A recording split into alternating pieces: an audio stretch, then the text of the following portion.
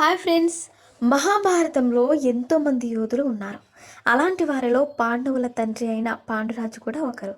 పాండురాజు చాలా శక్తిమంతుడు.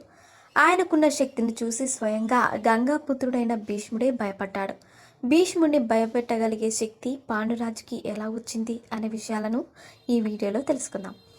మహాభారతం ప్రకారం హస్తినపురానికి రాజు అయిన విచిత్ర వీరుడు చనిపోయిన తర్వాత అతని తల్లి సత్యవతి తన పుత్రుడైన వేదవ్యాస మహర్షిని ఇక్కడికి తీసుకురమ్మని భీష్ముడికి చెబుతుంది.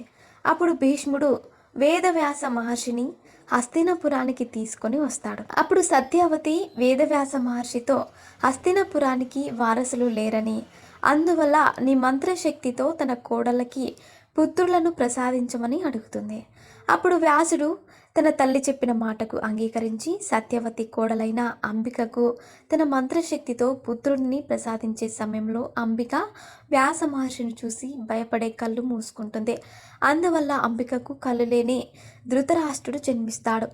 ఆ తర్వాత సత్యవతి తన కోడలు అంబాలికను వ్యాస మహర్షి ముందు కూర్చోబెడుతుంది. అప్పుడు ఆమె వ్యాస మహర్షిని చూసి వణికిపోతుంది. అందువల్ల అంబాలికకు తెల్లగా పాలిపోయిన శరీరంతో పాండురాజు జన్మిస్తాడు. పాండురాజు చాలా తెలివైనవాడు. భీష్ముడు ధృతరాష్ట్రుడికి పాండురాజుకి ఇద్దరికి అన్ని అస్త్ర విద్యలను నేర్పిస్తాడు. పాండురాజు తన అన్న ధృతరాష్ట్రుడికి కళ్ళు లేని కారణంగా తన రాజ్యాన్ని అలాగే తన సమస్త సైన్యాన్ని దగ్గరుండి చూసుకునేవాడు. అలాగే పాండురాజు కాశీ రాజ్యాన్ని అలాగే అంగరాజ్యాన్ని మరియు లింగరాజ్యాన్ని కళింగ రాజ్యాన్ని అలాగే ఇటువంటి చాలా రాజ్యాలను తన వీరత్వంతో గెలుచుకున్నాడు. పాండురాజు యుద్ధంలో చేసే అస్త్ర విద్యలను చూసి అతనితో యుద్ధం చేయడానికి చాలామంది రాజులు భయపడేవారు. అంతేకాకుండా పాండురాజు ఏ రాజ్యం మీదికి యుద్ధానికి వెళ్ళినా ఆ యుద్ధంలో విజయాన్ని సాధించి తిరిగి వచ్చేవాడు.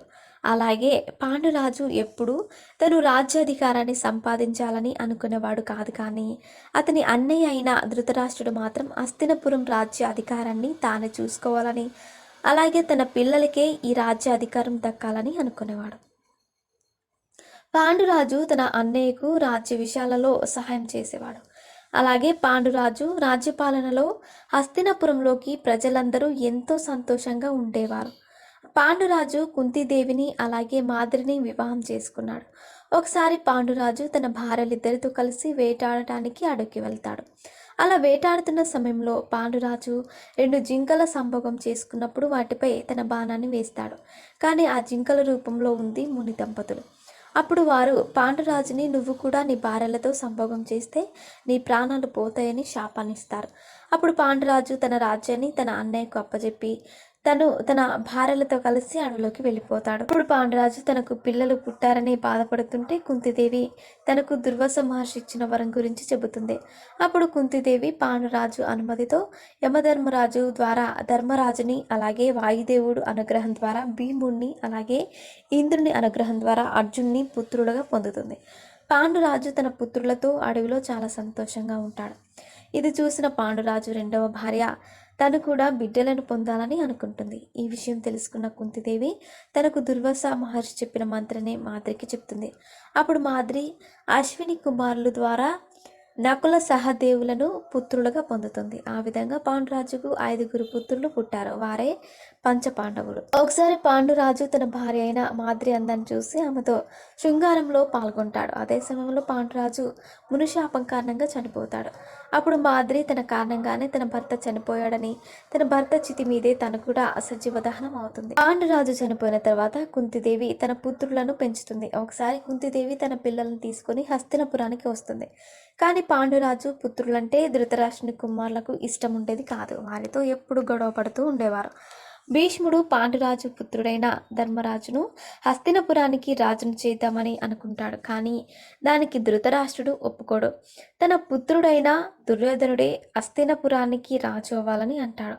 అప్పుడు భీష్ముడితో పాండురాజు తన వీరత్వంతోటే ఎన్నో రాజ్యాలను గెలుచుకొని నీకు అప్పచెప్పాడు. అతని యొక్క వీరత్వానికి నేనే భయపడేవాడిని. అలాంటి వాడి కడుపున వీరత్వం ఉన్న బిడ్డలు పుడతారు. అలాంటి వారే ఈ రాజ్యాన్ని పరిపాలించగలరని అంటాడు. కానీ ధృతరాష్ట్రుడు భీష్ముని మాటను వినడు. ఆ తర్వాత ధృతరాష్ట్ర పుత్రుడైన కౌరవులు వారిని మోసం చేసి అడవులకు వెళ్ళేలాగా చేస్తారు. ఆ తర్వాత కౌరవులకి పాండవులకి మధ్య కురుక్షేత్ర యుద్ధం జరుగుతుంది. ఈ యుద్ధంలో పాండవులు కౌరవులని చంపేసి ఆ తర్వాత ధర్మరాజు హస్తినపురాన్ని పరిపాలిస్తాడు. సో ఫ్రెండ్స్, చూసారుగా పాండురాజు గురించి మీకు తెలియని ఎన్నో విషయాలను తెలుసుకున్నాను. ఇలాంటి మరిన్ని విషయాలను మీరు కనుక తెలుసుకోవాలనుకుంటే వెంటనే మా ఛానల్ని సబ్స్క్రైబ్ చేసుకోండి.